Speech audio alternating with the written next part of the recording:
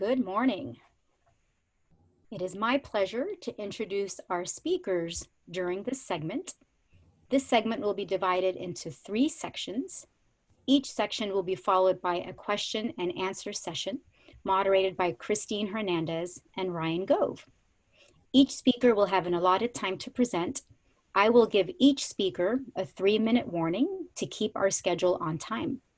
We will have links to each PowerPoint available after the program. Our first speaker is Dr. Raj Mitra. Dr. Raj Mitra is the Senator Dole Professor and Chair of the Department of Rehabilitation Medicine at the University of Kansas Medical Center. Dr. Mitra completed his residency at Harvard Medical School and a pain management fellowship at Massachusetts General Hospital. He began his career at Stanford School of Medicine, where he started as the director of the Stanford Interventional Spine Center, and eventually was promoted to division chief for physical medicine and rehabilitation prior to being recruited to KUMC to become chair. Among his many honors, he was awarded the Fulbright Nehru Distinguished Chair Fellowship in 2017 and spent 4 months conducting research and teaching in governmental rehabilitation hospitals in India. Additionally, he published a comprehensive textbook in his field, Principles of Rehabilitation Medicine, in 2019. He has devoted his academic career to the study and betterment of patients that are afflicted with pain and disability. Let's welcome Dr. Mitra. Thank you. Thank you, Dr. Bhattacharya, for that very kind introduction. First question, can you hear me? Because I don't want to just, everybody Yes. Thumbs up? Okay, very good. So thank you, everyone, for the opportunity to speak to you today. I'm absolutely excited to speak to you about disability from a historical perspective. I've just loved medical history throughout my career. It gives us such a great opportunity to get a glimpse of the past, and it gives us so much information about why we are where we are, and what things we could potentially change in the past, in the future, I mean. So next slide.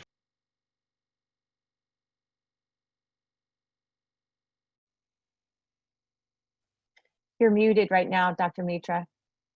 No, I didn't do anything. Can you hear me again? Yep, okay. So disclosures, I'm the editor of a textbook and receive royalties from McGraw-Hill. Next slide. Our outline today, we're going to talk about some core medical definitions of disability, briefly talk about epidemiology. I'll go over the Americans with Disability Act, and then I think the fun part of my talk is really talking about medical history. And then we'll try to draw some conclusions on how we can go forward as a medical center, a school of medicine, and a society. Next slide. So these are some core medical definitions. Impairment is defined as a loss or diminution of psychologic, cognitive, physiologic, or anatomic function. So loss of limb, diminished motor strength, those all could be impairments.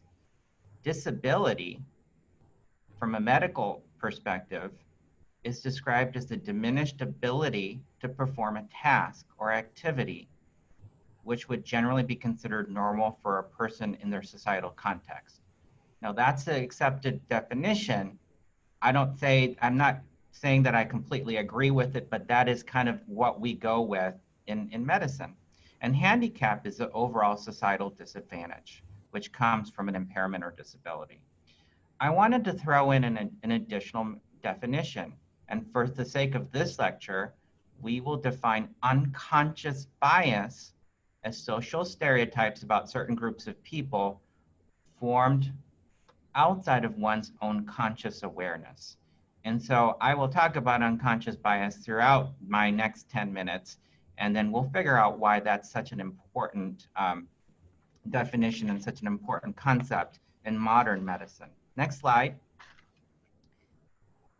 So how common is disability? Disability is actually quite common. Based on the World Report on Disability in 2011, about 15% of the global population, a little bit over 1 billion people, live with disability. 1 in 20 children have a disability. Next slide.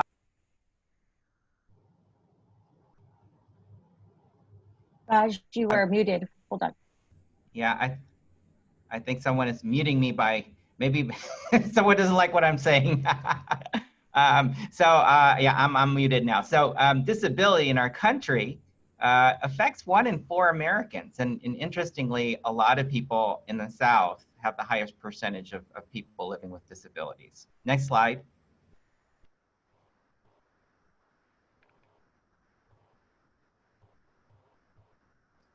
Okay, I think there must be something with the slide advance doing an automatic mute. Yeah. Okay, well, just Kim, keep telling me if I'm muted. The Americans with Disability Act was passed by George H.W. Bush in 1990, protected the civil rights of people with disabilities, mandating equal opportunity and accommodation. Such an important act in our country, so critical. And we'll talk about that just briefly towards the end of why it happened and how could it have been even better. Next slide. So let's go back. This is the fun part of the talk. Concepts of disability have been around since ancient times. It's been present in art as well as written works. So let's go back 2,800 years and to one of the earliest example of disability. And that was in, you can see that in the Odyssey written by Homer, which we believe was written somewhere between the 8th and the 6th century BC. This is a quote from a fascinating character whose name was Hephaestus. Hephaestus was a god of the forge and fire. He was a skilled artisan. But Hephaestus was also extremely interesting because oh, there goes my slide. He was someone who was born with who had a club foot and was not able to ambulate or walk. So in the Odyssey, he says, Aphrodite, daughter of Zeus, scorns me for that I am lame and loves destructive Ares because he is strong of limb, whereas born misshapen. So, this is really interesting. He's kind of a side character, but it kind of highlights some of the sentiments during the ancient times. And I can tell you that if you kind of look at history, there are disabled characters in many works of art, kind of these side characters. And sadly, there are misrepresentatives as to be someone that you feel bad for.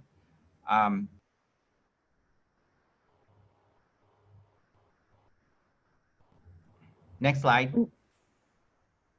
Your last sentence got cut off again, Dr. Mitra. I guess we're not able to unmute you, so I'll just wait. I'll keep my clicker on there.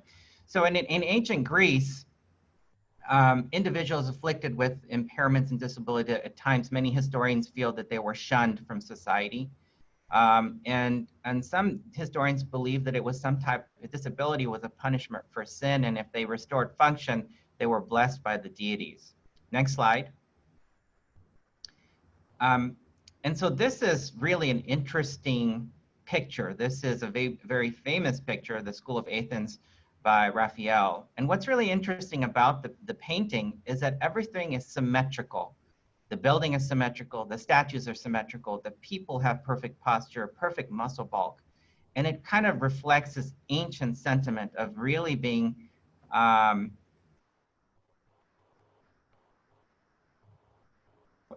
interested in the outward appearance and appreciating the outward appearance and not so much the inward. Next slide. In reality, we believe that the incidence of disability was higher in ancient Greece than it is today. And so again, just to go back, the original descriptions were really less medical and based on his outward appearance. And this is actually a picture of Hephaestus again, who is the god of the forge, but unable to walk. Next slide. I think probably the single point that I think is most important so far is that no discussion or artifact of disability that I could find in ancient times is composed by anyone who self-identifies themselves as having a disability or being disabled. And that's such a critical point. Next slide, please. And so when you look at some of these characters like Hephaestus, you also notice that there's a lot of contradiction. Is he the skilled artisan and the god of the forge? Or is he someone who has a club foot and unable to walk and lame, as they say in the Odyssey? It's not completely clear. Next slide. And so if you look at even just the ancient Greek Empire, it was immense and vast, almost 400 city-states. So it's not surprising that disability had contradictory views throughout this empire and really throughout the world. Next slide. And so we believe that to a great extent, the concept of disability seemed to be shaped by multiple regional factors. These include economic, military, political, religious, social. But the one thread that I want to come back to is that the view of disability throughout ancient times was really that of from a non-disabled person's perspective. Next slide. A lot of things started to change in the 4th century BC with Hippocrates, because we started to shift from this mode of thinking that disability was a punishment to starting to think of disability as really in terms of medicine, pathology, anatomy, a natural process of medical aging. Next slide. And for better or worse, sometimes we're still stuck in that medical definition of disability today, with Galen, the Roman emperor, the physician of the Roman emperor, Vesalius, Andre de Beauregard. All of these were anatomists, physicians, scientists who started to think of disability in terms of medicine. The problem with that is that you are trying to fix things with this definition. And the other problem with this definition is, once again, it really didn't include the disabled person's perspective. Next slide. So what does history tell us? Well, we know that the initial thoughts were that disability was some type of a punishment or for sin. We know that initially we thought that there was a focus on the outward appearance. Around the 4th century, there was a shift towards thinking of disability in medical terms. And we also know that these views were varied globally, and there was a lot of contradiction in the way that we view disability. But I think the most important thing that we can kind of glean from medical history, and something that to a great extent holds true today, is that we have completely ignored the perspective of the disabled person in their own definitions. Next slide. So what has changed? Probably the biggest thing that has changed, in my opinion, is that we have new medical concepts and new societal concepts, such as unconscious bias. So unconscious bias, I think, and understanding unconscious bias is so critical for us because it gives us those tools to break out of these past paradigms that we've now had for almost 2,500 years. Again, unconscious bias, for the purpose of this discussion with me, are social stereotypes formed about groups of people outside of our own consciousness. Next slide. 3-minute warning, Dr. Mitra. Okay, thanks. So in the future, we must include the disabled individual's perception of their own disability. This will positively influence the delivery of healthcare and outcomes. Next slide. So the question is, how do we limit unconscious bias when we are with a patient who has disability? The first thing is we need to personalize our patients. If you're looking at this statue of Hephaestus, is he a clubfoot, or is he a husband, a father, a brother, a skilled artisan? So we need to personalize our patients, and we need to become comfortable in learning from our patients and creating that therapeutic alliance. So how do we do this? Next slide. I think this starts with allowing the patients to lead the discussion. It's really important to gauge what disability means to our patients and what functional restoration is meaningful. If you look at this little boy who has a transhumeral amputation, the medical model would probably treat him with a very different prosthetic. But his model is that he wanted to be Iron Man. And this is the type of prosthetic that he would use. This is what's meaningful to him.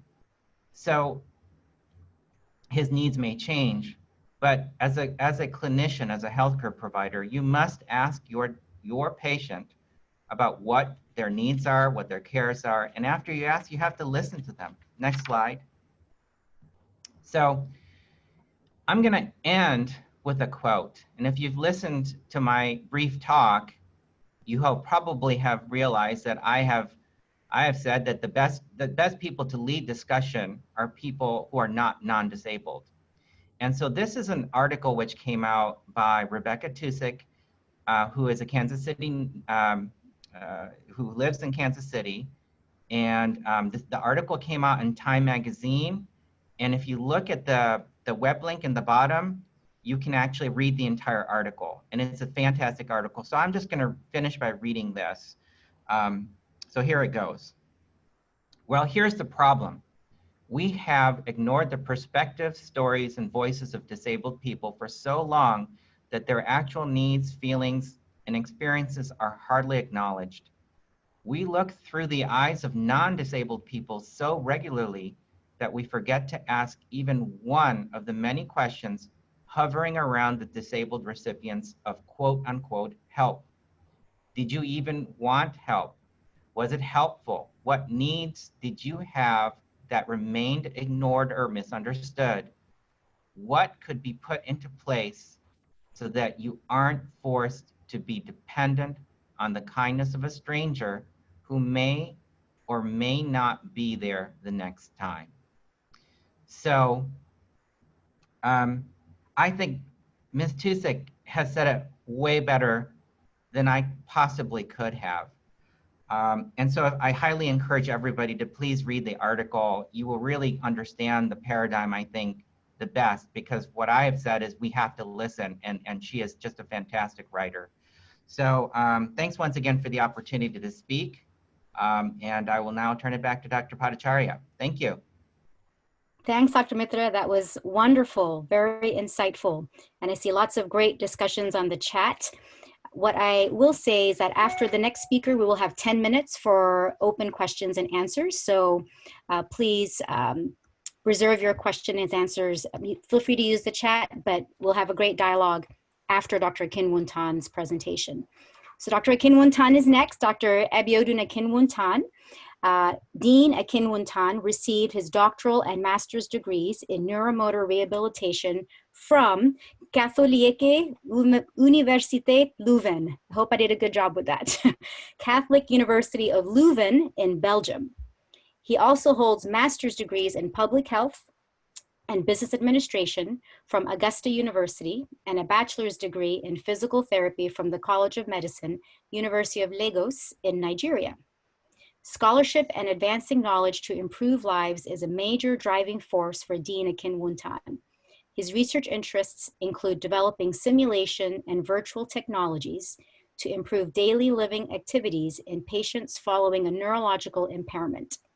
In particular, he built an innovative driving simulation laboratory at Augusta University to provide support to patients and research participants with neurological conditions. He is also co-director of the Laboratory for Advanced Rehabilitation Research in Simulation. Dean Akinwuntan is a member of the Simulation Measurement of Vehicle Operator Performance Committee of the Transportation Research Board. He was appointed a member of the Medical Expert Panel on Stroke and Commercial Truck Driving of the Federal Motor Carrier Safety Administration of the U.S. Department of Transportation in 2007. In 2014, Dean Akinwuntan completed a Fulbright Foreign Scholar Fellowship at the College of Medicine, University of Lagos in Nigeria. He was named to the Fulbright Specialist roster in February 2015 and selected in July of 2015 to serve as a member of the 4-person peer review committee for all Fulbright grant applications to West and Central Africa. In March 2016, Dean Akinwuntan was awarded a 2016 Fulbright Specialist Award to the University of Akureyri in Iceland. Please welcome Dean Akinwuntan. Wow, good morning. Well, let me first start by saying a big thank you to the organizers and appreciate the presence of all the participants. It's 105 participants. That's quite a big number and something that is commendable. Well, I think it's only just natural that I am following after Dr. Mitra, and he's done a fantastic job of setting the tone for this discussion.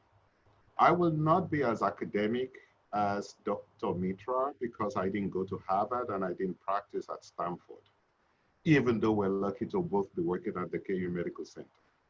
That said, you know, my own presentation is just going to be sharing personal experiences with you. In other words, I'm just going to be giving you a practical aspect to all the things Dr. Mitra presented. Let me use this opportunity to reiterate some salient facts and important things we need to go away with from Dr. Mitra's presentation. And those are, please personalize the patient. Learn from the patient. Let the patient take the lead and define the discussion. Listen. These are key facts that will promote patient-provider alliance. Those are very important in order to build the alliance. What the two other things I will add to that list is one, genuineness of purpose. Our patients, their family members, caregivers, or people who accompany them to visits can tell within the first 5 minutes if the provider is just doing his or her job or truly cares. How that gets communicated, I could not really tell you. It could be verbal, it could be just a physical presentation. I don't know, but patients and their family members have a way of picking it up. Then the other thing I really want to bring about is there are times when being empathetic sometimes crosses the line based on cultural sensitivity.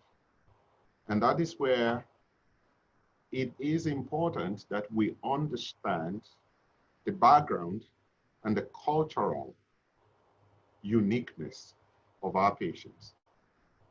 I will give practical examples and use that to illustrate what I mean. In 2017, I guess, or 2018, I was fortunate to go to Vellore in India. And I went with a social work group and a rehabilitation team that they conducted home visits. They went to the homes of patients to see them in their natural settings and help them. So we went to some village where we saw a stroke survivor living in a room with himself, his wife, and 2 kids. And naturally, my emotional self set in. I felt really bad about the situation. So the initial reaction was to dip my hand in my pocket and get out whatever rupees I had to give. Actually, I think Sam Kirupakaran, my chaperone in India, is probably on this Zoom call and Symposium, and he can corroborate the story. So I put my hand in my pocket and I was going to empty my pocket believing I was doing the best to help this patient. Somehow, I think it was Sam or one other guy there looked at me and I was like, oh, that's a strange look. And I called him and I stepped back and I said, what's wrong? I was going to give him a lot of money and he said, no, don't do that. If you do that, you ruin everything. He will not allow us to come back. And I was like, what? What's going on? And he said to me, no, he doesn't want to be given money. He wants to be given opportunity to work and earn his own money. In his own belief, this is a new state of normal for him, and he had better get used to still being productive and taking care of his family rather than waiting for gifts. Okay, here was a perfectly good intention that could have gone bad if I had done it. And of course, the recipient would not have been happy. I would not have been happy. All the folks who took me there would never have been happy. For one, good intention. This is again a good illustration for why you need to personalize, learn from the patient, let the patient lead and define the discussion, listen. Those things are very important. Then culture. I would tell you, I am from Nigeria. Nigeria is heavily divided along three parts: the West, the North, and the Eastern part of Nigeria. Completely different cultures, completely different languages. And I've been lucky to live in all the three regions. You know, this is going to emphasize genuineness of purpose, and I'll tell you one more, and that's it. As much, there's some sort of distrust when you come from different areas of the country. But then here I was expected to provide treatment for patients who are recovering from stroke in these areas where I did not speak their language. Somehow we established communication. And once we built good communication, I was able to eventually start doing my work. Now, the experience I gained from there helped me when I got to Belgium. You have an idea of what Belgium, I was in the Flemish speaking part of Belgium, and hence the sort of challenge for Dr. Bhattacharya to pronounce the name of the university. But imagine doing stroke care and having to treat Belgian patients, where one of the laws says you cannot treat a patient if you don't speak the patient's language. And I needed to do my research and my my graduate studies with patients. And then I started to learn Dutch for 3 weeks, and I had to go to the hospital to work. Now, the whole point is not to brag about my language skills. No. What is important is here I came across patients who, a few of them had never even come across a person of color. Second, a man who doesn't speak their language. Third, someone they had never experienced before. And four, for me, a completely new environment. But every time I spoke the first word, which is goeiemorgen, which is good morning, you could see the look on their faces like, oh, he speaks my language. That was communication. That was establishing that, look, I want us to work together. At the end of the day, it did not matter that my Dutch was not perfect. It was the effort that mattered to the patient. And the effort communicated that, yeah, he truly wants to help me. There was submission. And in the submission was a perfect patient-provider alliance. So again, I am going to round up by saying, endeavor to understand your patient. The best way to understanding your patient, learn first about their culture. You will not be able to understand everything from reading the pages of books. let the patient lead. Ask the patient, I am here to help you, but ultimately, you're the one who will be doing everything. You tell me what you want to do. There is a paradigm in rehabilitation, and this would be my last sentence. It reinforces the Iron Man picture that Dr. Mitra showed. And that paradigm in rehabilitation says, when the purpose of your rehabilitation aligns perfectly well with the desire and the intention of the patient, you're more than 50% through the success of your rehabilitation. And how else can you know what the patient wants to achieve? How else can you know the desire of the patient if you don't learn to listen to them, appreciate what they're going through, and figure out how to best help them to accomplish what it is they have chosen to accomplish? Thank you. Thank you so much, Dr. Akinwuntan. You're done ahead of schedule. All right. Right on time. Yeah. We will have 10 minutes now for questions, moderated by Ryan Gove and Christine Hernandez. Hello, this is Christine Hernandez speaking.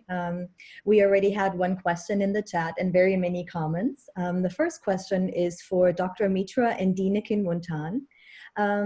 How do different cultures impact the care of individuals with disabilities?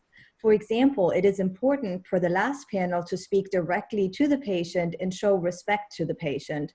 However, we heard last year during the symposium that in the Mexican culture, the family is essential. If the family members are ignored, it would be very disrespectful. They should be spoken to as well. This is just one small example. Dr. Mitra, you want to take that, or do you Sure. Thanks for the question. It's a fantastic question and such an important question to appreciate. I think that to expand on the question, it's not only culture, but it is an interplay of numerous other factors, like in the slide that I presented.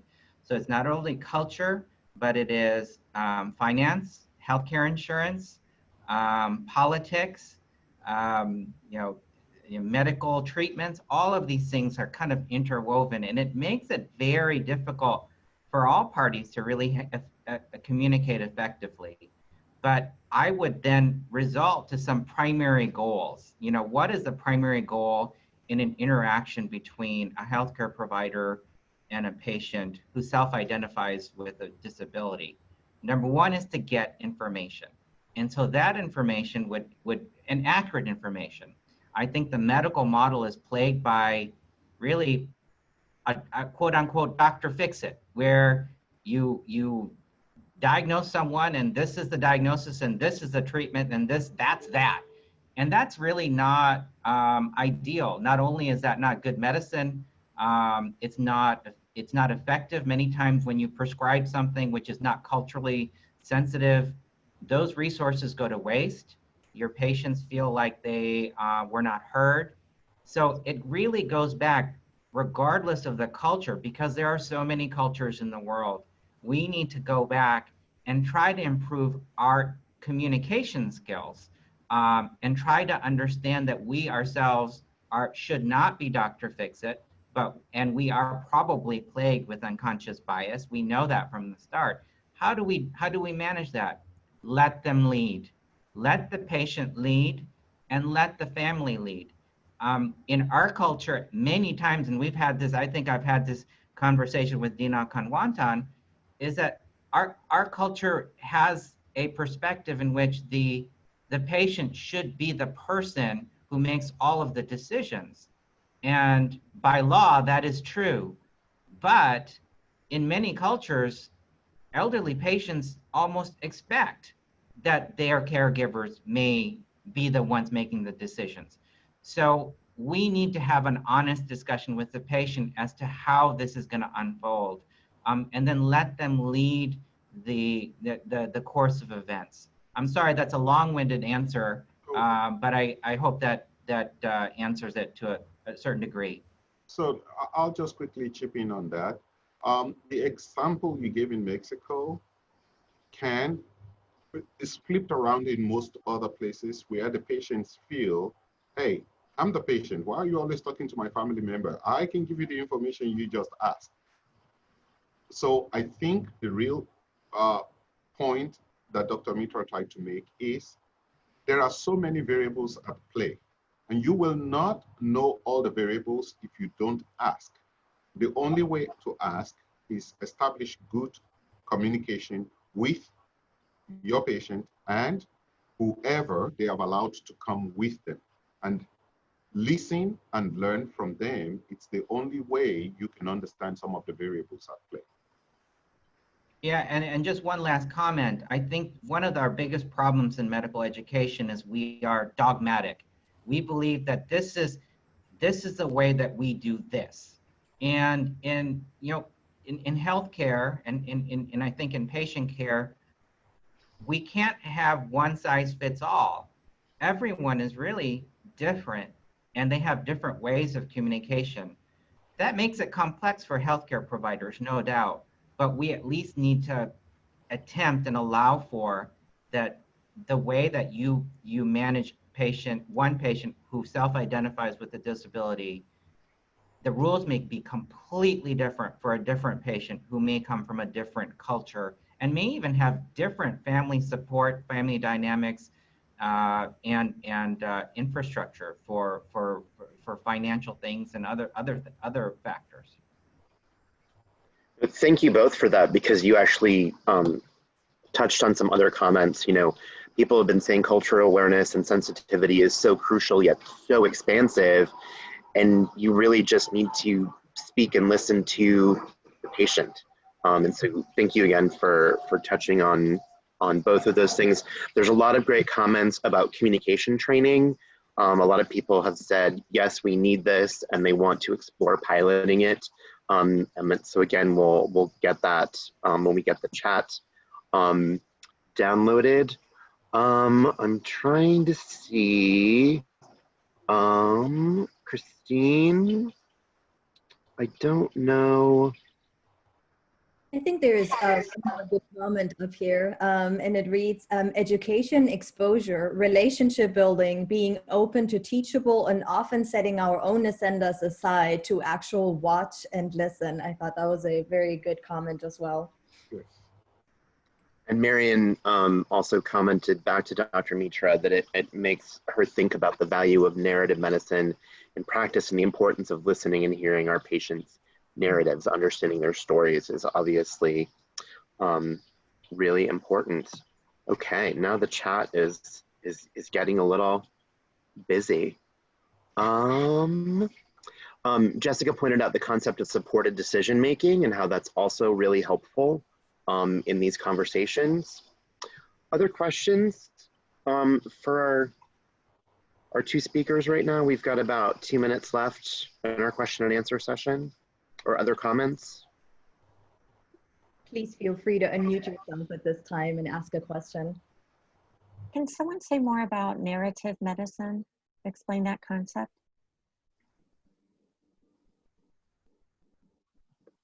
Who was that? It was Jessica. That was me. Hi, this is Jessica Shetler.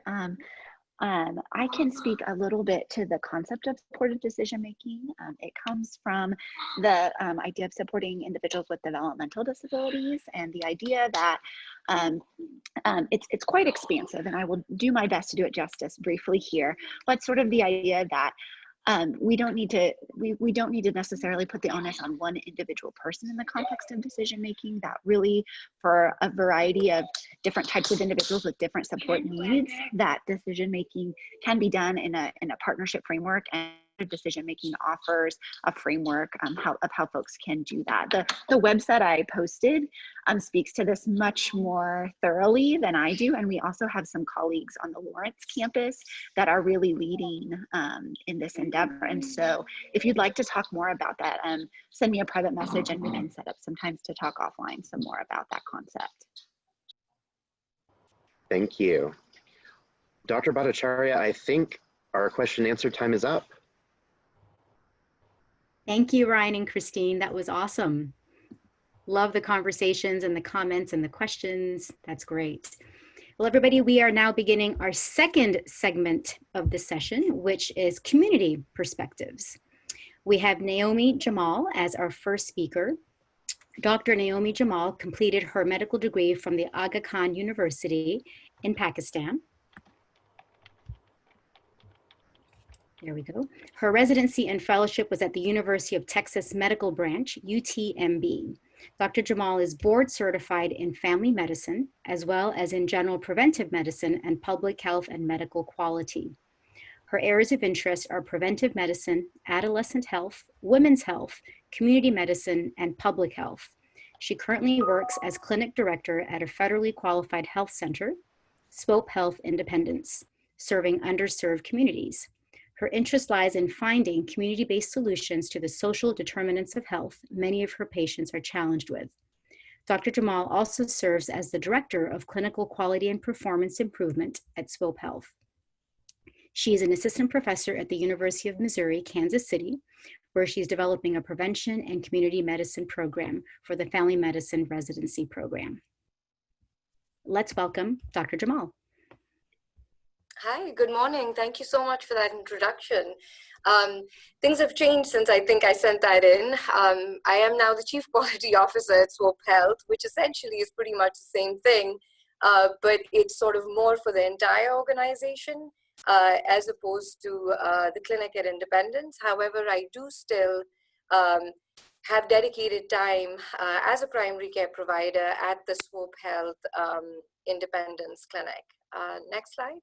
There we are. Sorry, I think I hadn't turned my video on. So the objectives for today's session and how we're going to go about this, and I'm really happy that sort of I was able to listen in to the excellent speakers who spoke before me, because many of the concepts that we discussed today are going to tie into a lot of the things that they talked about.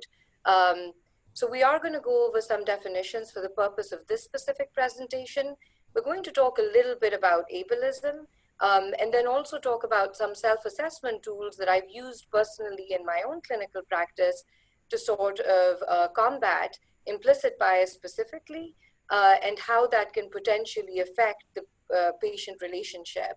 And then also talk about some debiasing techniques that not only have I applied, but also made sure that my entire clinical team, whether it's the frontline, patient service representative, or whether it's the MA, or whether it's the nurse in the clinic, or whether it's the social workers. So essentially making sure that the entire clinical team is sort of exposed to these debiasing techniques. And then finally, we're going to talk a little bit about what these suggested actions for clinicians could be potentially, and then linking that to the community perspective. And what that perspective in my case is going to be is really talking about some individual patient cases that I came across that I feel would be good examples of how implicit bias can really affect the patient interaction and ultimately not end up serving them. Next slide. So implicit bias, again, is an unconscious bias. So similar to what Dr. Mehta was talking about, when he was talking about unconscious bias, many people also view that as an implicit bias, and it's implicit social cognition. Now, social cognition essentially is the understanding that people process, share, and apply information about other people in social situations, and we end up absorbing that in an unconscious manner.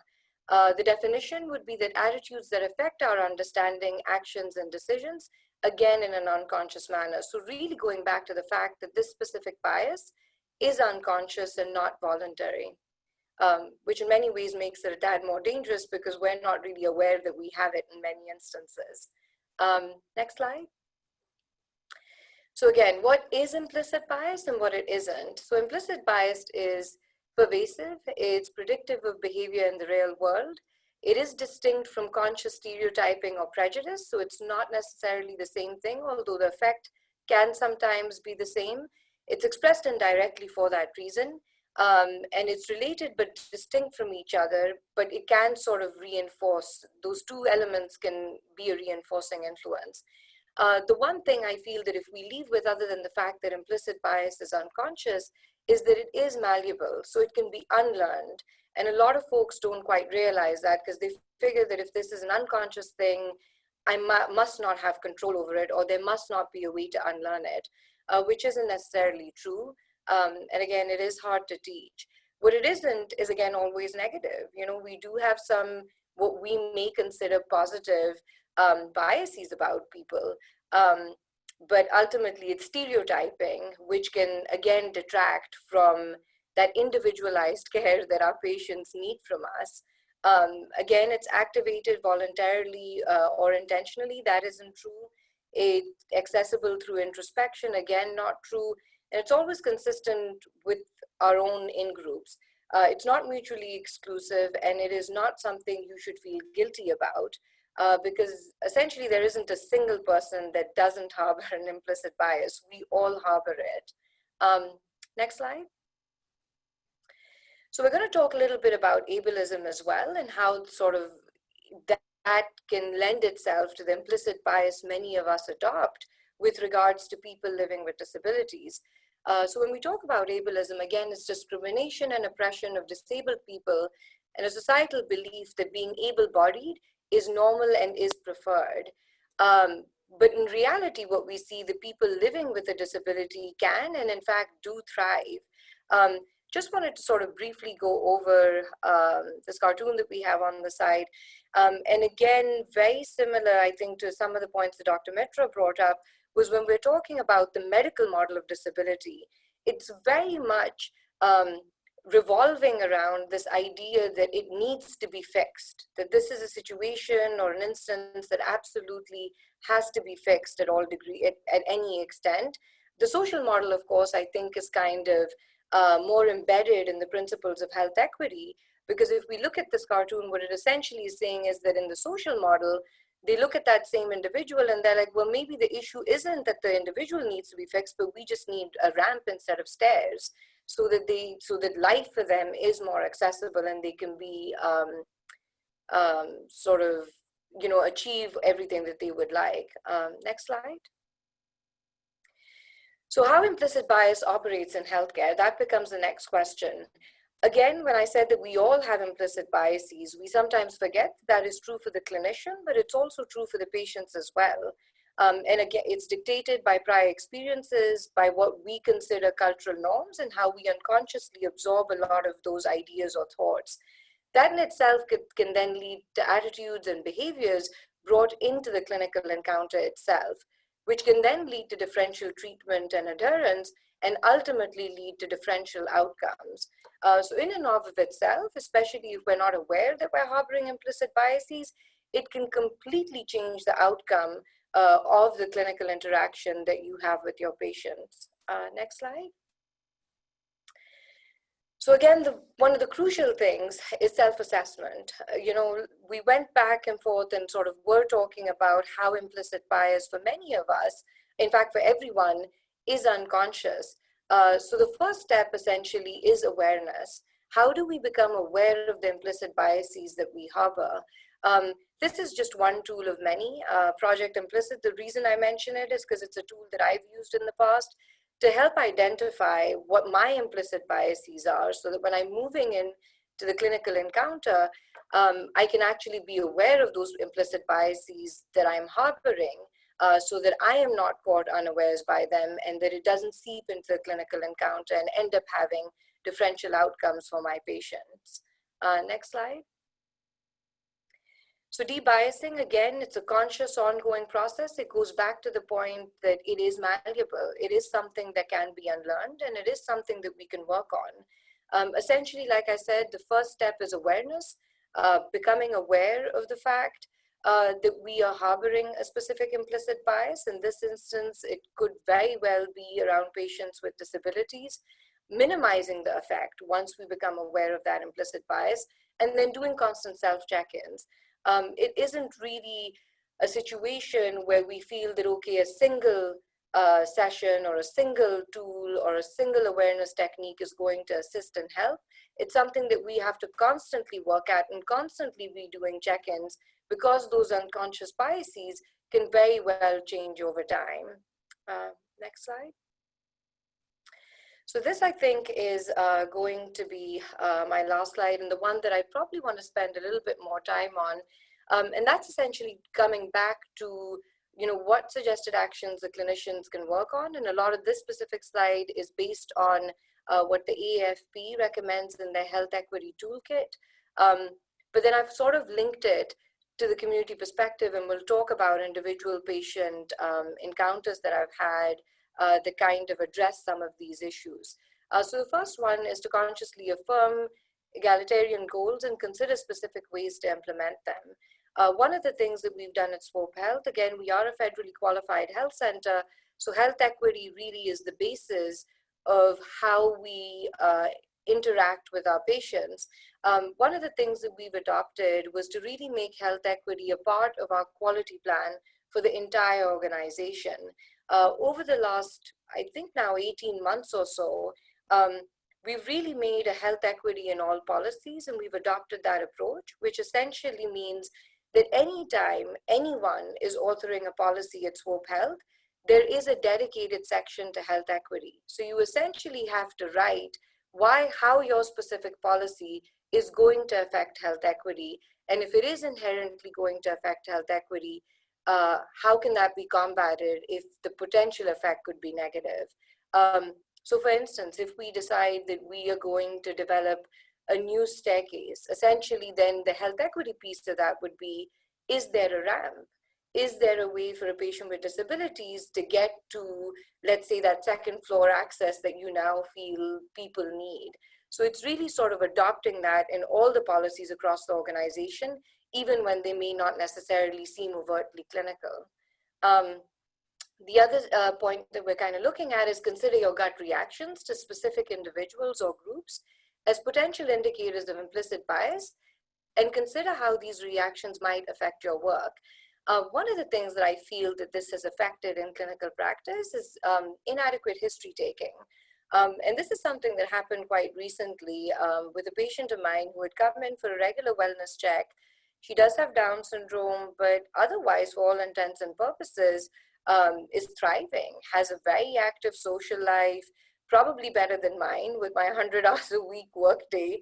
So we are essentially, when I went in to speak with her, I noticed that the rooming MA hadn't really asked a lot of questions in terms of social history, which she normally does and is required to do for most of our patients. But the social history piece of it, she'd almost taken like a pediatric history, although this specific patient is in her 30s. So I went ahead and asked the relevant questions, and the parts of social history she had not asked or delved into were a sexual history, and then really asking about her social life and friend circle and support in that sense. So I went ahead and asked those questions, and when I came out to speak with my MA about it, I realized that she had just assumed, because the patient had Down syndrome, that there could be no way that she was sexually active or had a thriving social life, and therefore didn't need to ask those questions. So we really had a conversation about it and sort of delved into these implicit biases that we have and these assumptions that we make about people who may or may not be living with disabilities, which was a wrong assumption to make, by the way. So we ended up having a detailed conversation about that during the history with the patient herself. The other thing, again, is to acknowledge and reappraise rather than suppress uncomfortable feelings and thoughts. A good example of this, again, was a patient who did have disabilities and wanted me to perform a procedure. And mom finally got in touch with me directly, and I realized that she had asked for me to do the procedure and was told at the front desk that, oh, the doctor won't be performing that procedure. So when I went and tried to find out what was happening, I found out that, again, it was because the patient had some intellectual disabilities, and they assumed that maybe it would be better off if the procedure was done at a higher level center, even though it was just skin tag removals. So I had to kind of go back in again and say, again, that's a huge assumption. In fact, in this specific case, it would probably be better if I performed it, because the patient is more comfortable with me. And we actually went ahead and before the procedure spent a good 15 minutes going over the procedure several times until she kind of really was comfortable with it. We spent 5 minutes doing breathing exercise and meditation to get her comfortable. And then the procedure went on without any hiccups at all. So again, it's these assumptions that we really make with persons with disabilities, assuming that we can't provide care in a specific way, when oftentimes it can absolutely interfere with the interaction. Again, consider the situation from the patient's perspective, and we've spoken quite a bit about that. I think especially Dr. Metra and the speakers before. Then again, consider changing situations that increase negative or stereotypical responses. And a lot of that comes down to awareness. Again, it's unconscious, so really having those conversations with your entire clinical staff until they get to a point that they understand how to look after the specific patient population.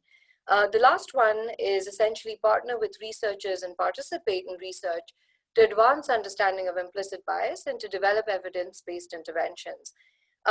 Again, that is something that we can do in any sort of a clinical practice.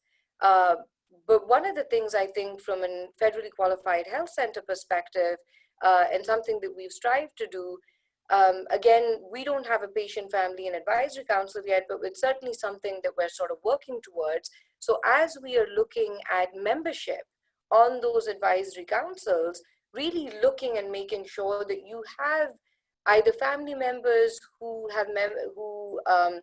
have other family members who are dealing with disabilities or the patient themselves. So sort of having that kind of equal representation. The other thing that we as an FQHC are required to do, and we have, is that a certain percentage of our board are patients at the FQHC. So sort of making sure that when you have board members and sort of various memberships across the organization who very much do dictate the policy and the direction that your organization or clinic moves in, to make sure that you do have membership, a diverse membership, including persons who are affected by disabilities. Thank you. Dr. Jamal, we'll have to end it there. Thank you very much. Thank you so much. Oops. There's my alarm. Okay. Ryan, just in time. Thank you. Thank you again. All right, our next speaker is Shelly. I'm sorry, I'm going to interrupt. It doesn't seem like Joan is on. Oh, so okay. I'm right here. I'm here. You are Joan. Okay, good. Yeah. We couldn't see you. Sorry. Oh, sorry. Yep, I'm here. Wonderful. Thanks, Joan. Okay. Our next speaker is Joan Augustine. Joan Augustine, OTD, OTRL, is a clinical assistant professor in the Department of Occupational Therapy Education at the University of Kansas Medical Center. She graduated from KUMC in 2013 with her Master's of Occupational Therapy, and in 2015 received her post-professional Doctorate of Occupational Therapy from KUMC. Her clinical experience includes early intervention in Peru, school-based settings, inpatient acute hospital experience, skilled nursing facilities, and community settings such as centers for independent living and adult day programs. Her passion for research is in community-based practice. Please welcome Dr. Augustine. Hi, guys. I'm so happy to be here. Thanks for having me. I really appreciate the opportunity to speak, and I don't have slides today, so I hope you guys ask questions for the panel. And I think what I'm going to talk about is going to fit right along with what other speakers have covered, or connect to it at least. So I hope that will, fit right along with what we're talking about. A few things I just want to cover basically are some experiences with people I work with. Part of my time here at KU is with the MS Achievement Center, which is a center for people who have progressed multiple sclerosis or MS. And I'm here at the center now, so happy to be working with them, but sharing some of their experiences, recent things that have come up that I think are good to look at for all practitioners. And then after that, I just want to talk a little bit about what OT can offer in terms of being a professional and interprofessional member in a team. So a few things I'd like to share regarding, here we call them members. It's a day program for adults who have progressed MS. Oh, does it say Aaron? That's interesting. Well, I'm definitely on my computer. But what I want to cover first is just that things that I've heard from members. It's been really interesting. We have members here, they all have MS, but they all have different levels of, abilities in terms of some people, physical abilities is what I mean, in terms of some people use walkers, some people use wheelchairs, scooters, power chairs, all different, levels of mobility. But what's been interesting is at the beginning of COVID, a lot of members mentioned that they thought that, not a lot had changed for them, like in the home, they are at home. Sometimes they would go out in their community, of course. But, some of the COVID hadn't really changed a lot of their, at least the way they spent their day at home. Sometimes if they were people who, stayed at home with either a caregiver or not. But as the pandemic has kind of gone on, even they have noted a new level of isolation, where they feel kind of disconnected from their community, people in the community. And I feel a sense of weariness from members in terms of even the online, component programs, services being offered online. I think some of the members are getting kind of, just tired. I think sometimes we all are getting a little tired of the online interaction. They miss face-to-face. So in general, I would just say even more so now I see the connection of mental health relating to physical health. And I think Jeff sent some questions earlier about, what's something that I would take away for all healthcare professionals. And I think that would definitely be one, is that we really need to be considering how those two things are linked right now. It's very different with the pandemic. It's always been there, physical and mental health have always been connected, but I think we're seeing kind of a new level of it with COVID.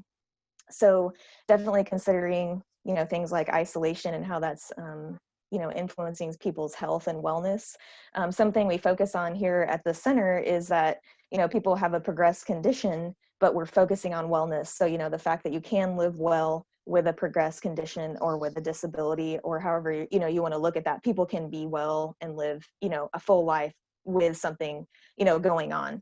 The other thing I want to mention is just that with chronic conditions, like MS is a progressive condition. With those kind of chronic conditions, I've seen a lot of things come up, and I'd say like the top three that I've seen come up are changes to the home. So people are home and they're looking at things like, wow, I'm in my home all day and it's more difficult to get into my bathroom, or the kitchen isn't as easy to navigate. So I've been getting a lot of questions about how do I make my space more usable. The other thing that I've heard a lot about is with physical changes, some of them are having to look at new devices. Things like going from a cane to a walker, or using a walker more and then going to using a wheelchair. And I think my name says Erin, but the next speaker, Erin, is going to talk a little bit about how that relates to loss. And I've had a lot of members talk about how it really does feel like loss when you have to go to that next step of more assistance. So kind of listening and talking to members about how important it is to understand the benefits of, sometimes a device where you may need, like it's seen as, needing more help can actually give them more independence. When they have a wheelchair that they can propel, instead of having someone to kind of guard them with a walker all the time, they can actually do more in their home or, here at the center.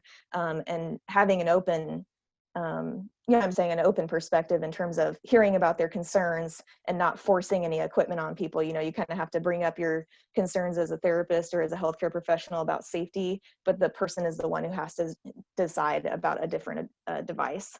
The other thing I want to say is that in terms of chronic conditions, another thing that's come up a lot is we have a lot of members here who use different kinds of catheters.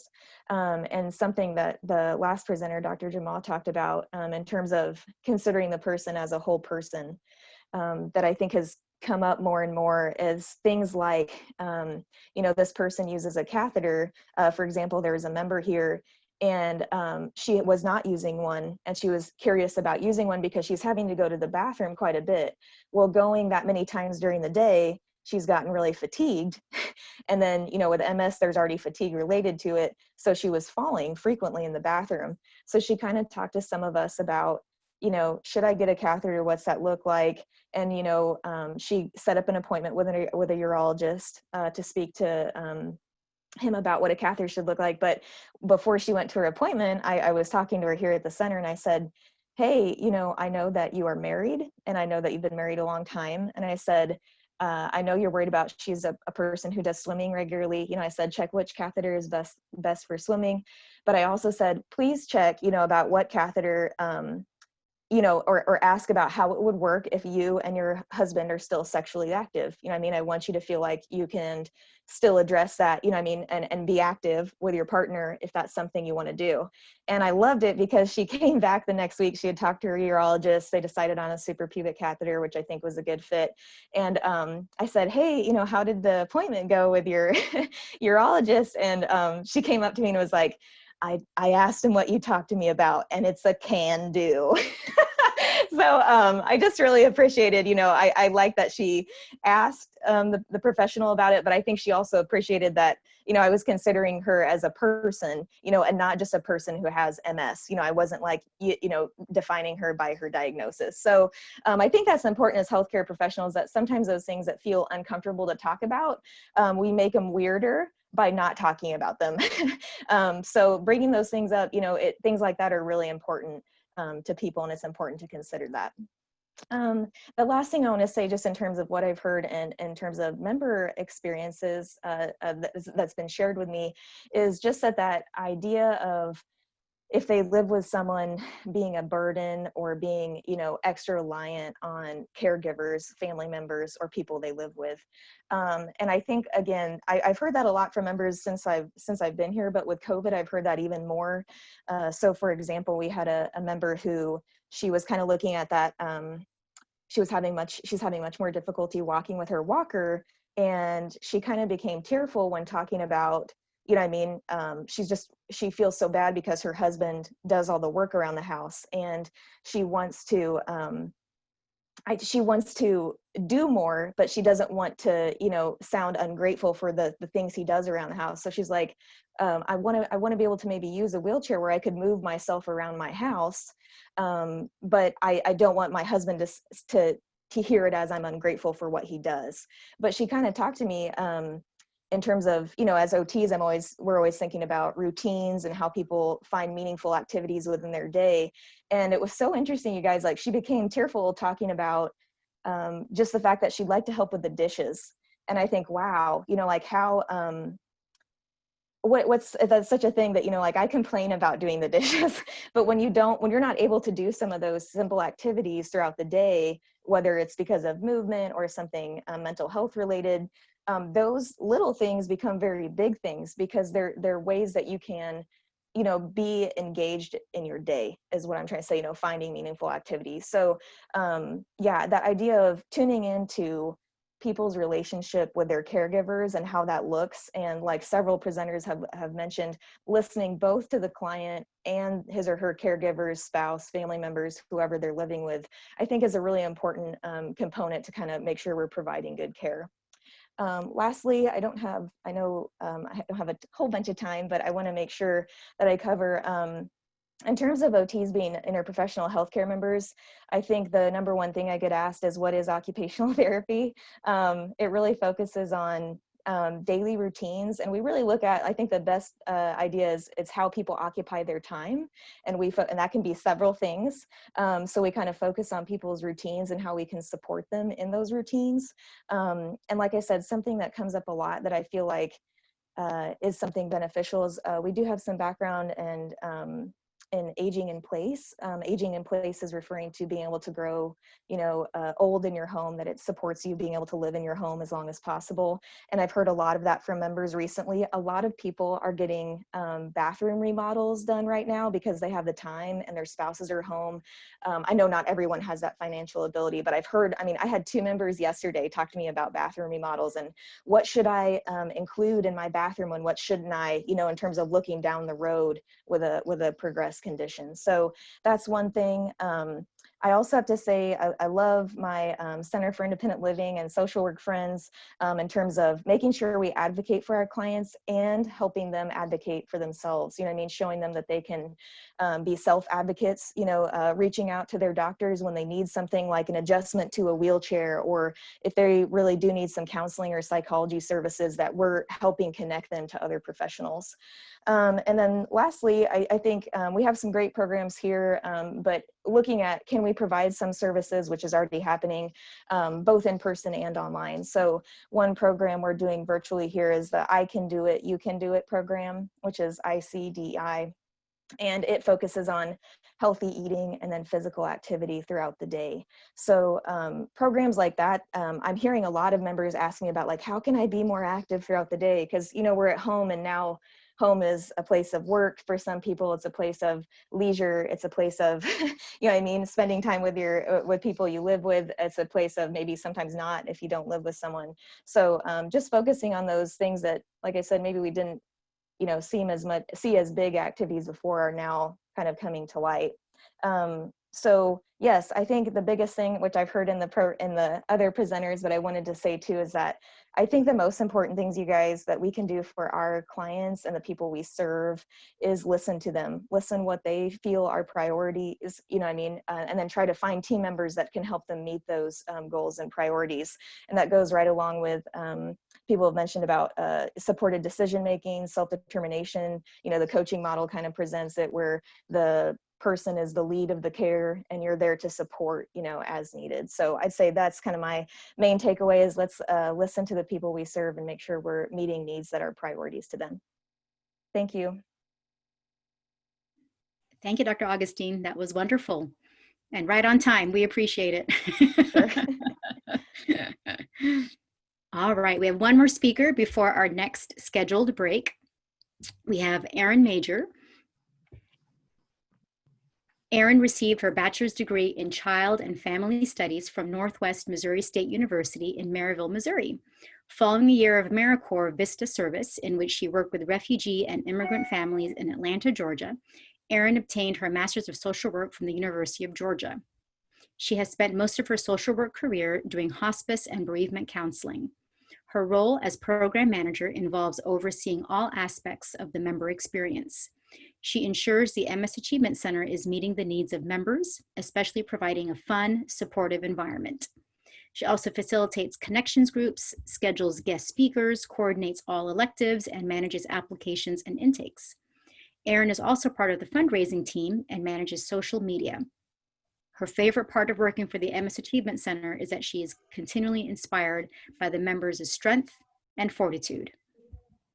Let's welcome Erin. All right, thank you so much. Good morning, everyone. I'm so happy to be here.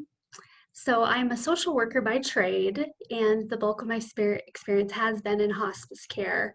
I did that for 10 years and absolutely loved it. In that role, I got to work with a lot of people who have ALS, and it's also called Lou Gehrig's disease. It's a vicious disease that seems to affect the best of the best. And so my ALS patients and their families really became near and dear to me. And the experience taught me about working in the medical field, and it also gave me a glimpse about what life is like for people living with disabilities. So that was a pretty natural progression to the MS Achievement Center, and I joined the staff last year. So Joan touched upon a little bit about the MS Achievement Center, and I'll tell you a few more things. We were started back in 1997 by neurologist Dr. Sharon Lynch, and our program, as Joan said, is for people with progressive MS, and our members range in ages all the way from 30 up to 81. They come from various ethnicities and different socioeconomic statuses. And our members come one day a week for PT, OT, brain balance, and connections, which is the support groups that I lead online. So when I was asked to be a speaker for this symposium, I felt very honored, but to tell you the truth, I was also petrified. As a sociable introvert, I look at public speaking as akin to getting a root canal. But somehow my coworker Joan back here, she used her powers of persuasion. So here I am, taking a deep breath. And hey, I had an excuse to wear lipstick, so that's pretty exciting. In preparing for this talk, I decided I was going to go straight to the experts. And so I asked our members what they would want me to share with the medical community. And boy, did they have a lot to say. So I'm going to break my talk into two parts. The first, I'm going to tell you about what the members shared with me, what they want you to know. And then secondly, I will tell you what I hope to teach them with my perspective from working in hospice care. So getting started with what the members want you to know. A lot of these things may not seem like rocket science, but as my years of social work taught me, there's no such thing as common sense. And I figured these things bear repeating. They're firsthand experiences, and I'm going to tell you. One of the things, the first thing they said is, y'all need to slow down. And whether that's just someone trying to get across the crosswalk, or they're being led from the lobby to an exam room. They just was so appreciated if you would go at their pace. I know we're all busy, life is hectic, but just be kind and give them the extra space that they need. Some of our members have shared with me that it takes them 2 hours just to get ready to come into our center, and they have to get up earlier than they normally would. It's pretty labor intensive, so just keep that in mind. Sometimes when they're going to a new place, to relieve some anxiety, they may even scope it out, because number 2, transportation issues and parking issues can cause a lot of stress. Our members have varied mobility levels. Some of them are lucky enough to have assisted technology in their cars. They can still drive themselves, but then it may be hard if they have to walk long distances from the parking lot to get in.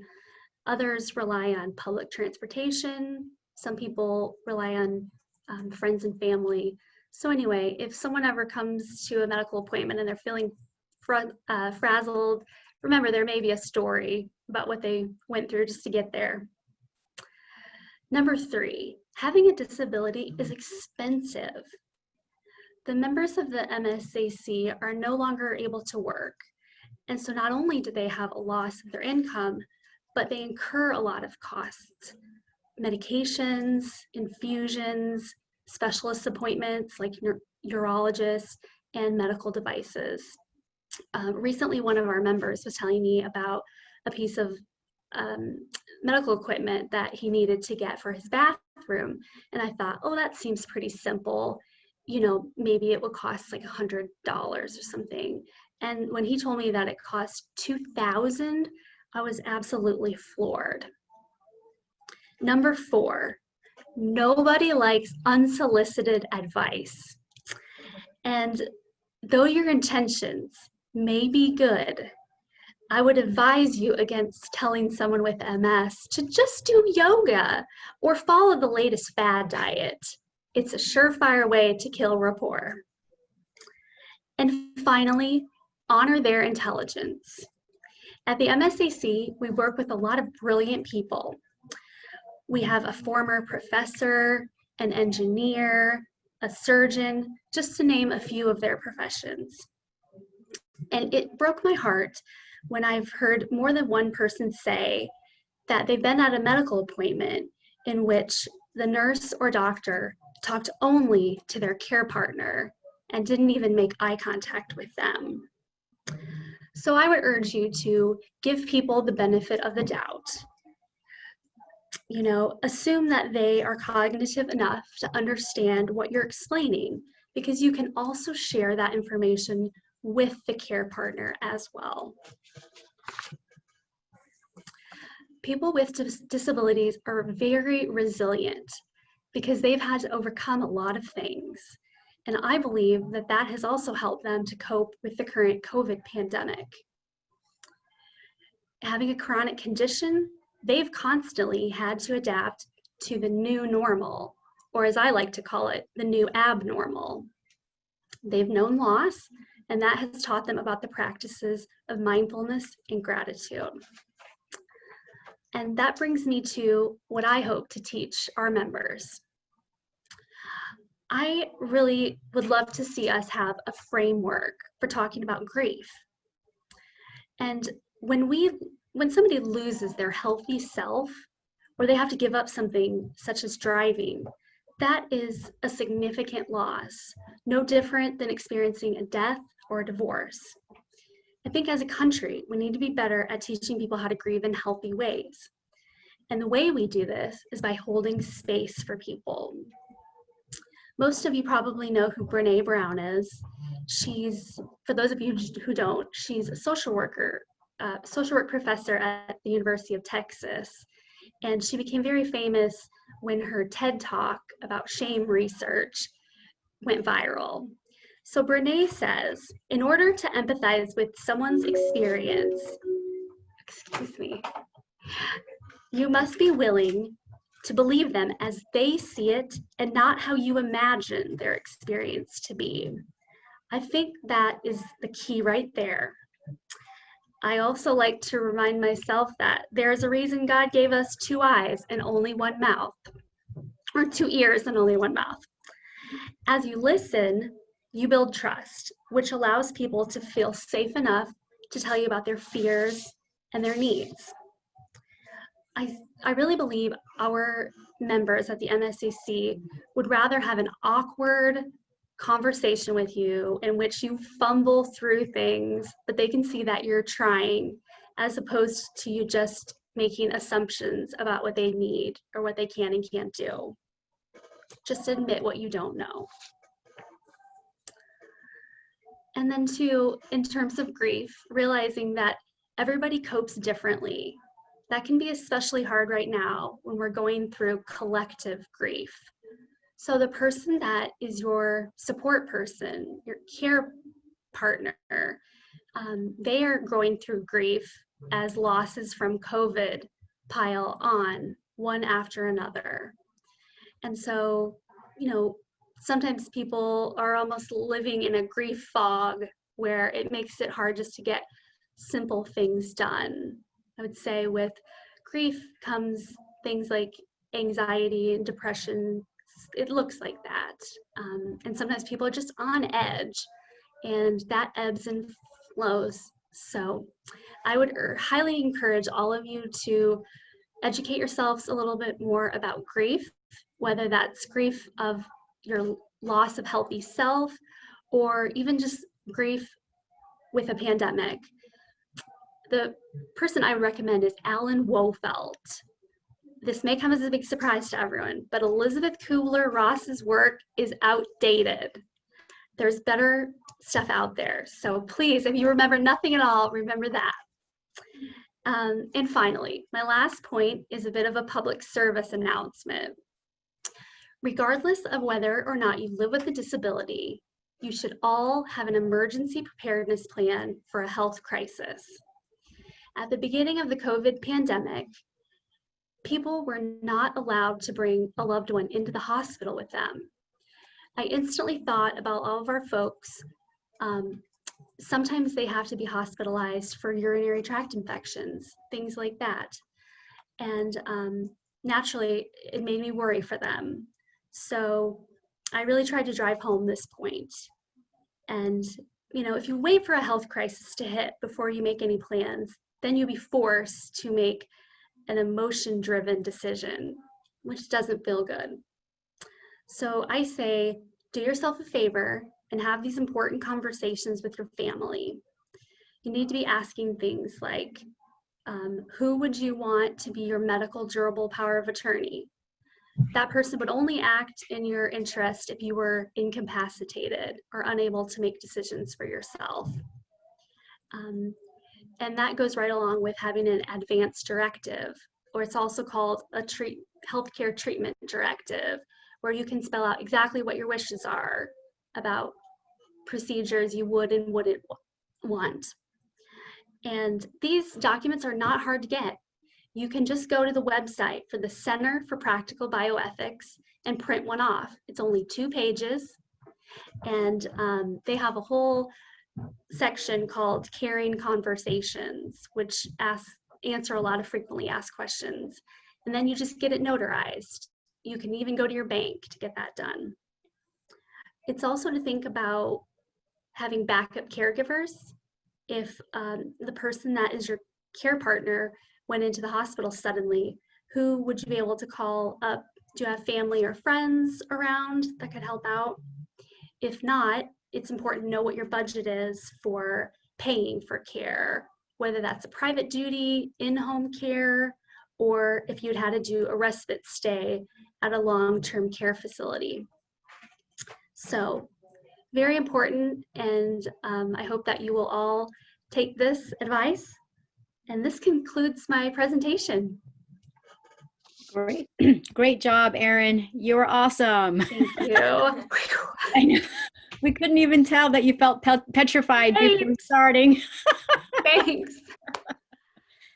I especially loved your public service announcement at the end. That was really relevant to all of us. I practice geriatrics at the Landon Center, actually, so we're right next to each other. And it's not just relevant to our patient population, it's relevant to everybody, no matter how old you are. So we should all take that to heart for ourselves and also for those that we care for. So it was great.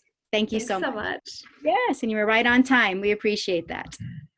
I'm going to turn off my alarm so it doesn't go off. Okay. All right. Now we'll have a 10-minute break, and that will be moderated, not a break, sorry, questions and answers and comments by Ryan Gove and Christine Hernandez.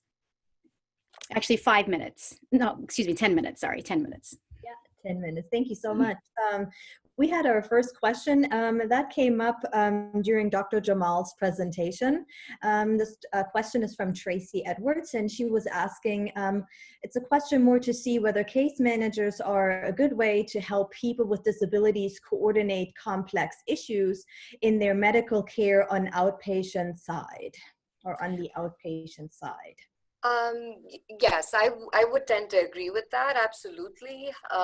Again, and I feel not only for patients with disabilities, but just generally when we're dealing with any vulnerable populations, I think care coordination, especially while we're in the midst of a pandemic, is absolutely necessary, as we've kind of all been through this experience of clinics transitioning to telehealth and patients being confused about where their referrals have gone.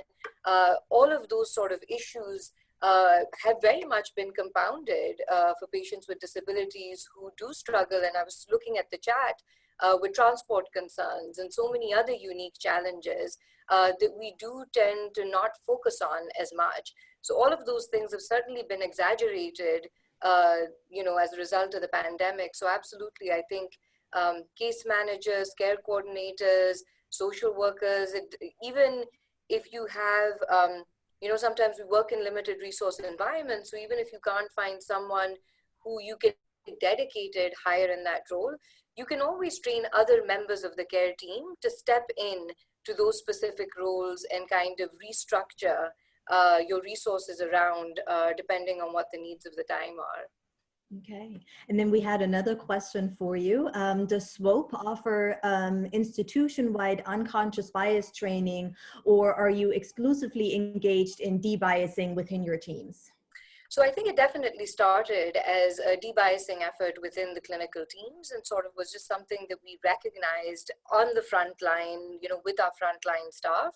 And then again, it sort of is followed by this shock, how does so-and-so feel this way? And then suddenly you realize that, wait a second, a lot of these are implicit biases. So we've never really made an effort to make people aware of this. But nowadays, we have, I think, through the course of 2020, based on that debiasing that sort of arose from the clinics, we do have an institution-wide, like I said, a health equity plan. And a part of that plan, one of the goals is to institute institution-wide implicit bias training. And we're actually we just had our first session this month. It was yesterday. And so we offer 2 sessions every month for everyone across the organization. And we're going to sort of continue with that effort on a monthly basis. Thank you so much. Ryan? There is plenty going on in the chat, so I hope you are all taking a look at it. I did want to point out, and a lot of personal stories as well, but Dot mentioned a new book titled Disability Visibility that talks about incontinence as a taboo issue, and it's such a great perspective. It says it's a brief essay, so check that out. And then we are hoping that Marion could talk a little bit more about what she posted in her experience. Marion, are you there? I am here. What would you like me to talk about? You had posted about sexual health an experience, and I don't know if you wanted to share that and maybe get some thoughts from the speakers. Yeah, so I don't know how many of you had a chance to read my little clinical anecdote, but I'm a speech pathologist, and I shared a memory of working with a young man with traumatic brain injury, and he was 22 at the time, and he was 14 when he had his traumatic brain injury occur. And I was working with him for several years with PT and OT and myself, of course, and also the educational system, school teachers. And he quite often brought up many topics around sex. And I just also want to mention this young man was very severely physically limited due to his TBI, and he had some mild cognitive deficits as well. And it frustrated me so much because much of his team members would always say to him, "You're being inappropriate, you're being inappropriate," every time he tried to voice concerns about sex and his sex life and how is he going to have a sex life. And it really upset me because it didn't strike me as inappropriate at all, because his team was not offering him any place to voice these really valid concerns. If you think about, he had this very traumatic event during his puberty time and his growing up time, and had been offered absolutely no outlet or venue for discussing these really important topics for all of us as we go through puberty, become young adults, and throughout our entire lives. And so eventually, through some advocating on his behalf and saying to the team over and over again, "This is not inappropriate, this is appropriate," we finally were able to have a neuropsychologist work with him and provide an opportunity for him to talk about his really valid concerns on these topics. And lo and behold, these inappropriate comments in PT, OT, and speech therapy stopped. And so I very much put this as an example in the chat box of he wasn't being inappropriate. The services we were providing were inappropriate for his needs, and he spent years voicing those needs to us, and it took years for us to hear them fully and change what the team was providing.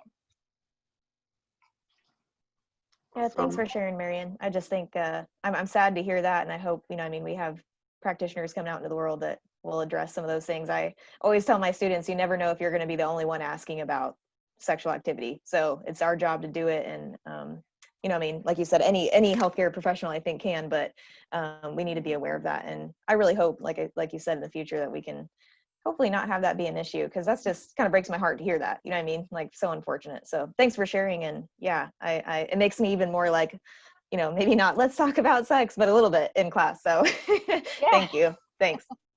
It's overlooked, certainly. It is. That's come up in this venue. Absolutely. Thanks.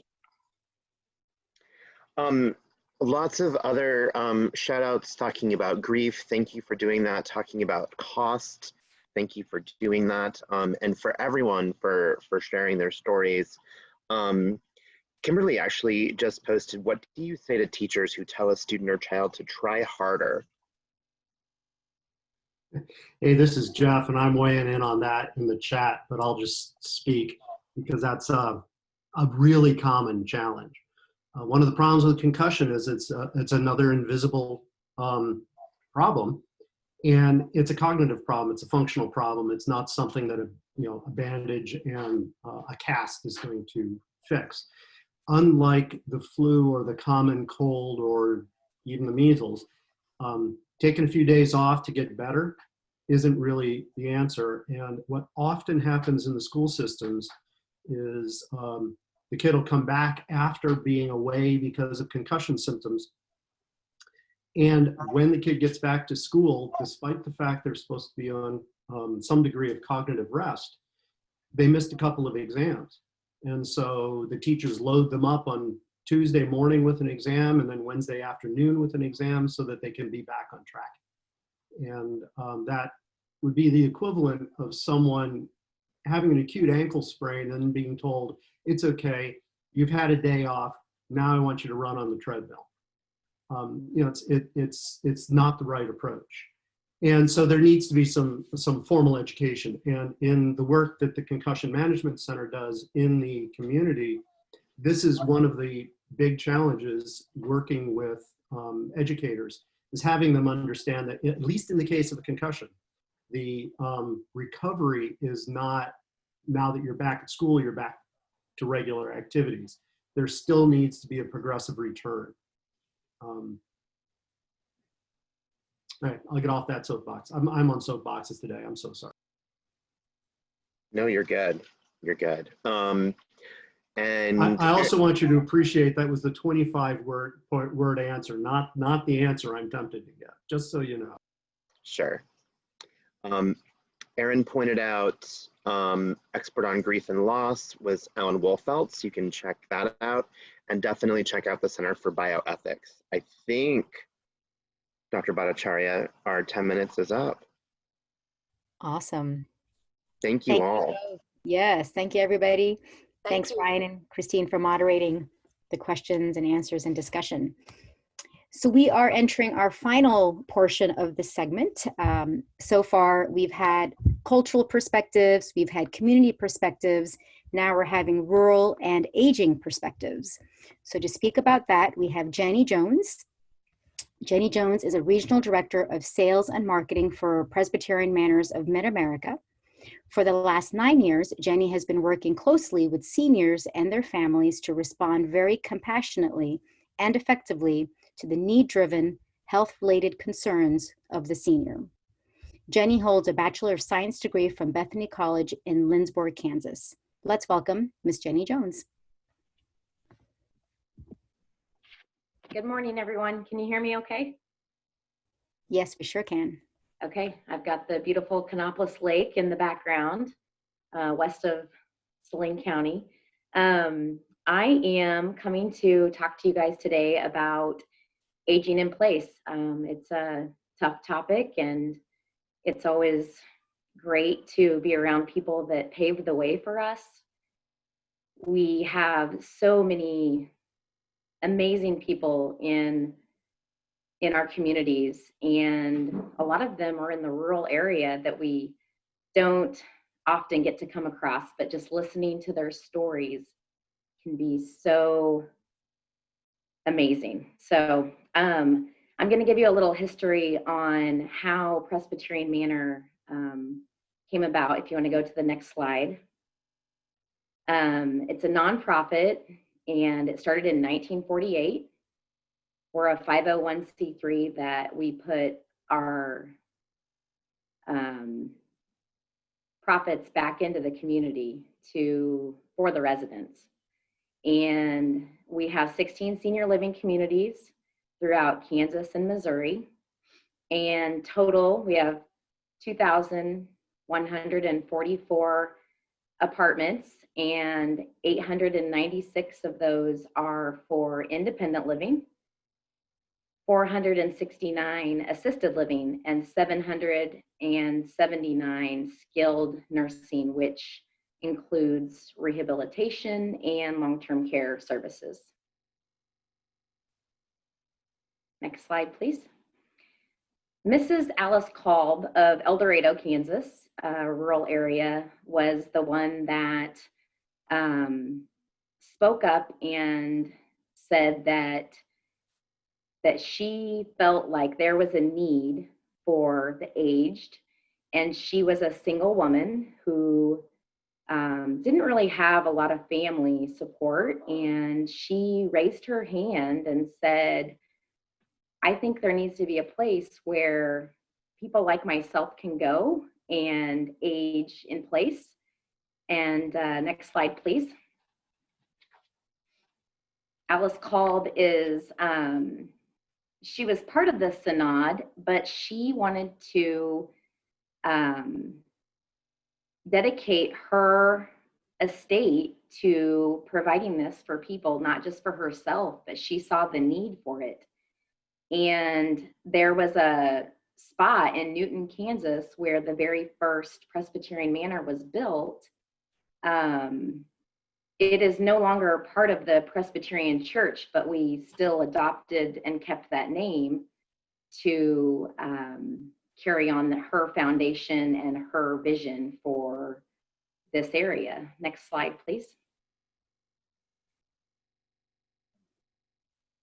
So a farmer said that there was a spot that they could build it, and in 1949 the first community was built, and there was a place for her and other people that could no longer live independently. Next slide, please.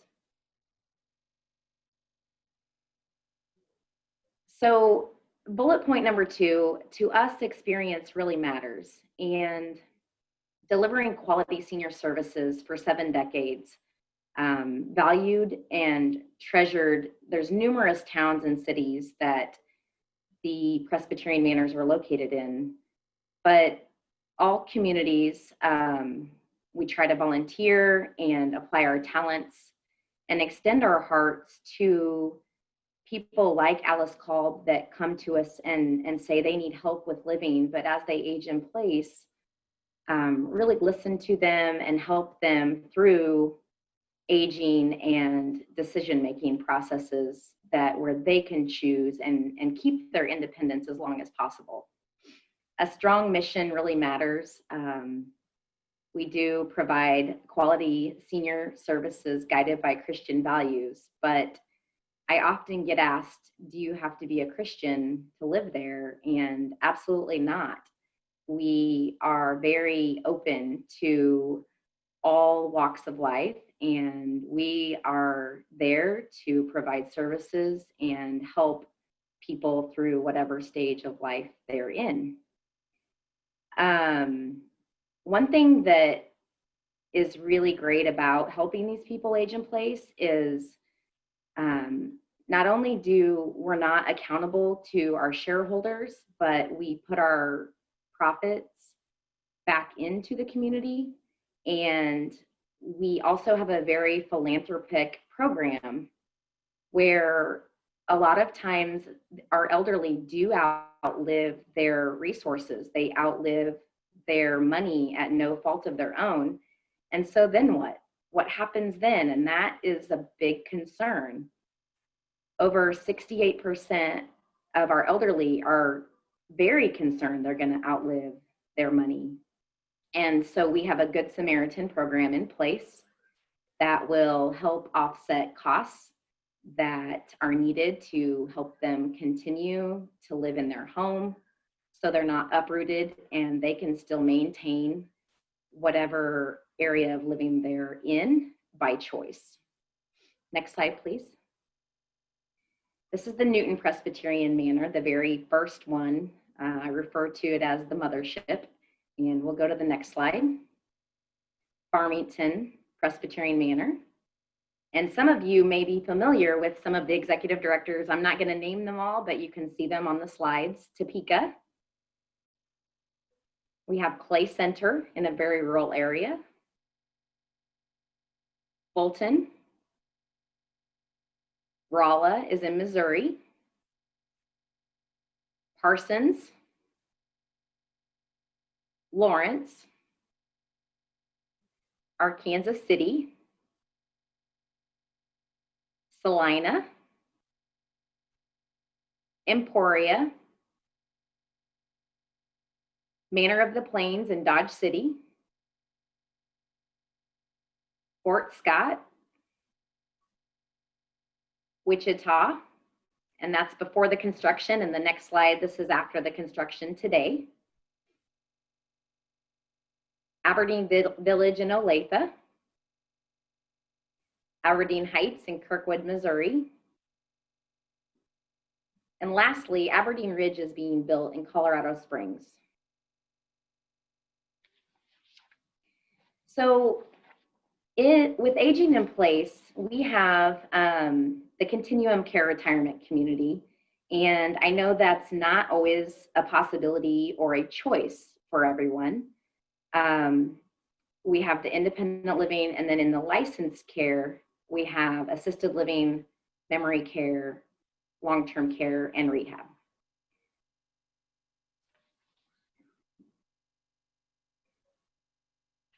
Our mission too, and we brand it the way you want to live. I think it's so important when you're helping people age in place to really listen to them and hear them and let them know you've been seen, you've been heard, and really help them live the way they want to live. It's more of a tagline to us. It's really a culture, and the compassion, sharing with people with disabilities and also the elderly that are aging in place. I think it's so important. Next slide, please. So even though senior living has been around for a very long time, for example, the company I've worked for 7 decades, but seniors and families still know very little about senior living. It's true that they think about their health every day, but it's not until a crisis that they or their children usually search for viable options. And like earlier, someone mentioned having a plan in place. It's so important, especially I think it's made us think about it during COVID. But sometimes seniors have an accident or a health event, and that's a true wake-up call. And truly understanding their situation is very important. Having person-centered care while aging in place is also very important. And aging in place describes the gradual deterioration of the health of residents in senior living communities, or even if they're not in a senior living community.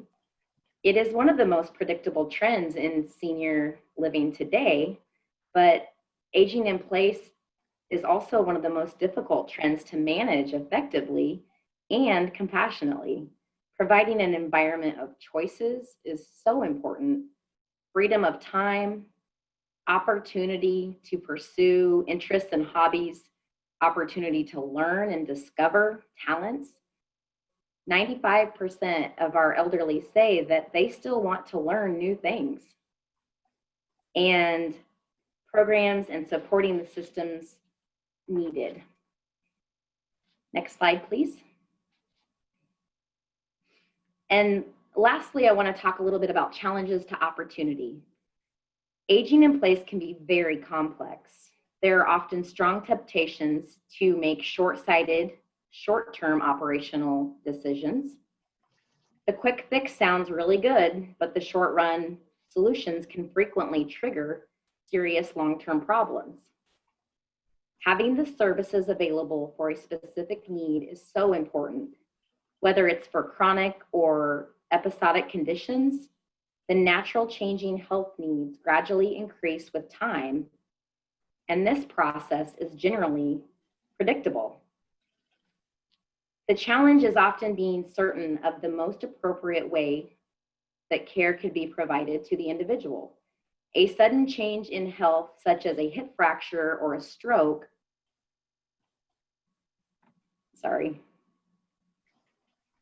triggers abrupt needs, and sometimes it's a permanent change. In this case, treatment and procedures are well defined with recovery outcomes that are reasonably predictable with time. Regardless of their initial conditions, most seniors age in place and eventually develop health conditions, which is common. Let's talk about the implications of aging in place from the real world.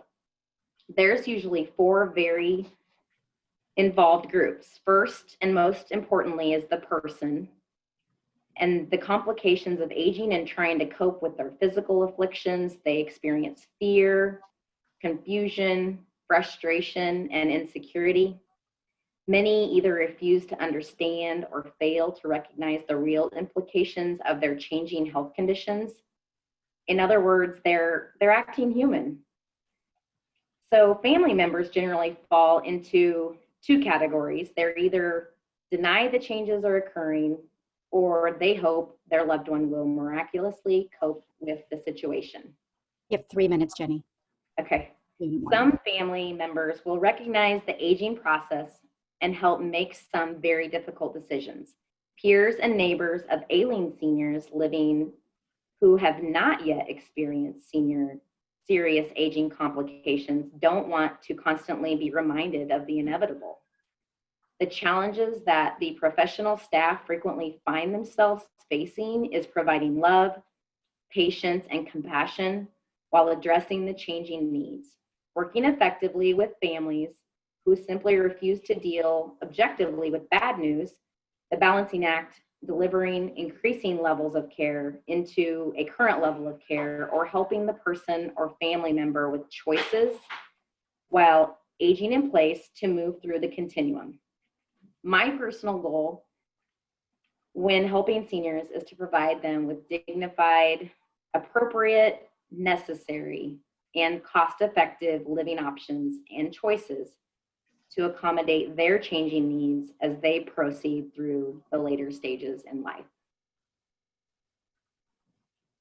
Wonderful. Thank you, Jenny. You're welcome. Okay, and we have run out of time. If there are questions for Jenny, go ahead and post them in the chat, and we will get to those either later today or when the chat is downloaded. But we thank you so much for sharing all of that awesome information. We are now on a break until 11:30 when we start our keynote address. So thank you everyone who presented this morning, and we'll see you all back in a few minutes.